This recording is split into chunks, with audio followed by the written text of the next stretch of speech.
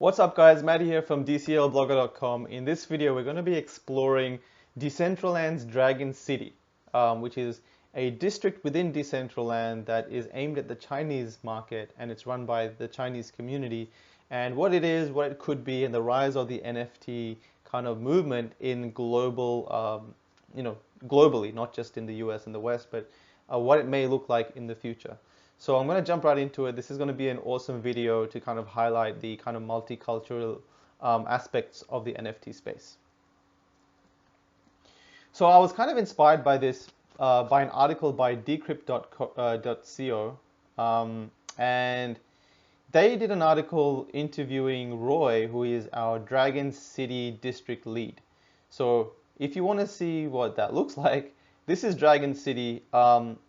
I kind of see Decentraland as being like 1% of what it could be in the next 1 or 2 years. The platform literally just launched like 6 months ago, so there's signs of some things in development, but it's more experimental at the moment. So where we are right now is a dot in Dragon City. So this is Dragon City District. It's massive. I think it is the biggest district in all of Decentraland. The Chinese community is probably one of the biggest cultural communities within Decentraland. So they've built out their center. I think they deployed it a couple of months ago. They've run some art galleries, and there's a lot more depth to this understood by the Chinese community than there is by me, because I think there's a reason why these dragons are here and why they were chosen, and the layout and everything around it. You can kind of walk around and check different things. They've got a club. They have, what's this thing? A DevCon. They have some art galleries. So if I walk into some of these art galleries, these structures are amazing, and I think moving forward, I really feel that Decentraland is going to benefit from areas like these, bringing cultures together. Because for me, I don't really know much about Chinese culture, but to be able to go in here and see what this is like, this is quite amazing. So this shows a bit of the art that shows Chinese art. You can click on it, learn a little bit about the art. And I don't think these are NFTs, but it makes sense in the future to have NFT art that you can buy from here. So this is just, like I said, a dot on what the whole Dragon City is. Like, it is probably only this much has been developed. There's still so much left to develop. You could probably develop a whole Decentraland just within this Dragon City, like with a ton of features. So this article, interviewing Roy, who is the district lead, and his team of 5 devs, or his team of 5, kind of touched upon what the NFT space looks like in the Chinese country. For example, what it currently is at the moment. Is it even catching on? So, other than a few crypto art collectors who started to advocate the value of digital art, the majority are busy farming yields or DeFi protocols. There were some really good sentences here that I wanted to highlight. The fact that NFTs haven't yet caught on in China is hardly surprising. Digital collectibles, artwork, and virtual land parcels are esoteric concepts that require a deep knowledge of crypto and industry knowledge. And this is true not just in China, but I think in the space beyond. For example, the whole concept of NFTs requires you to understand crypto to a deeper level than just cryptocurrency. And cryptocurrency, looking at charts, buying and selling things, buying and selling coins on exchanges, refreshing Blockfolio, that's the language of the broader crypto crowd, and that's the language that most of us have come in from.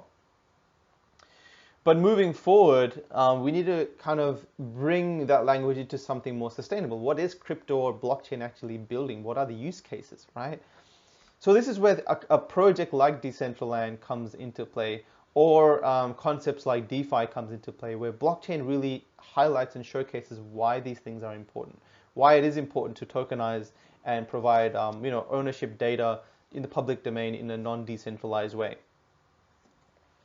So going off that, I think this article says that NFTs haven't really caught on in China. In fact, NFTs, if you were to isolate them by countries, hasn't really caught on anywhere. There's such a micro crowd that is involved in this space, but there's still like hundreds of thousands of dollars thrown at art, virtual land, millions of dollars thrown at virtual land, crypto kitties, digital cats. So if you scroll down a little bit here, Dragon City is the largest plot of virtual space within Decentraland, which itself is a virtual world. Yep, we know that. There is a couple of really good things here. Um,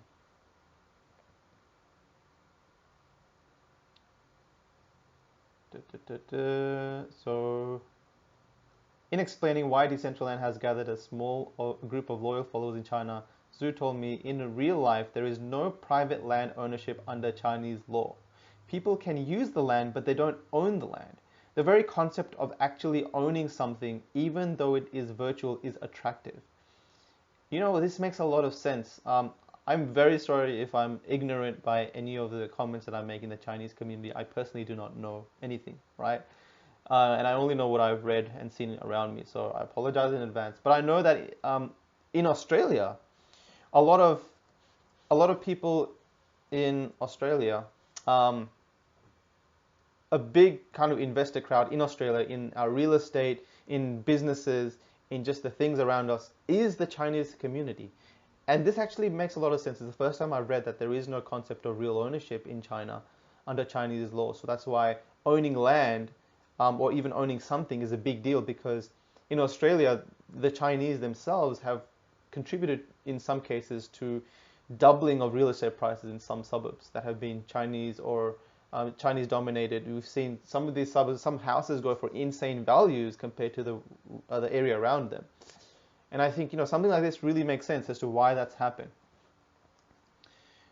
If ownership is the first step to understand owning land parcels, the second step is valuation. Decentraland operates on two types of tokens, ERC20s and NFTs. We are marketing Dragon City to Chinese as the first China-themed city on the blockchain. Zhao told me, we think this concept will also attract foreigners who are interested in Chinese culture. Yes, it does. Yes, it will. I'll be totally interested in jumping in and seeing and interacting with the Chinese community. That'd be amazing. Playing the cultural card, despite being noble, is step zero. Zhao and his team have to build an entire city with features that draw in people and get them to spend their time on a platform that, right now at least, has little more than pretty murals. That's the intrinsic value of a city. Scarcity rules. So there's also this sentence here that fortunately or unfortunately, the crypto market never prices a token based on its intrinsic value in the same way that CryptoKitties became an overnight success in 2017. Zhao and his team want to create a sense of scarcity, so Dragon City will stand out from millions of land parcels being auctioned on the blockchain. That storytelling might be the real intrinsic value of the NFT.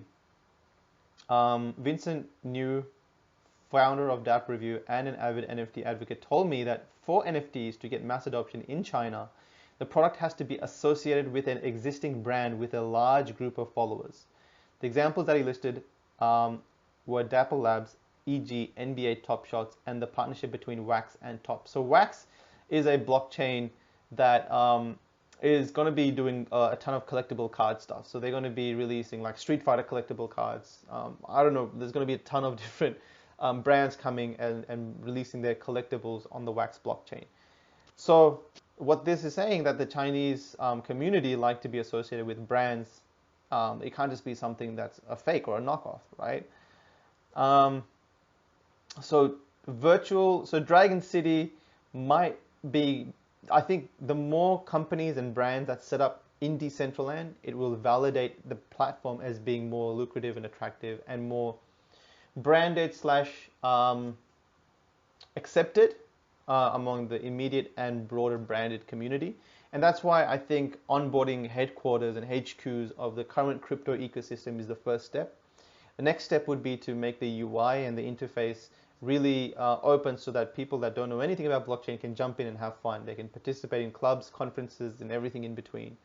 And once we start to speak that sort of a language, we will start to see a platform that appeals to, you know, bigger brands out there that are not crypto related. And when we start to get them HQs in there, that'll be a total game changer for these type of communities.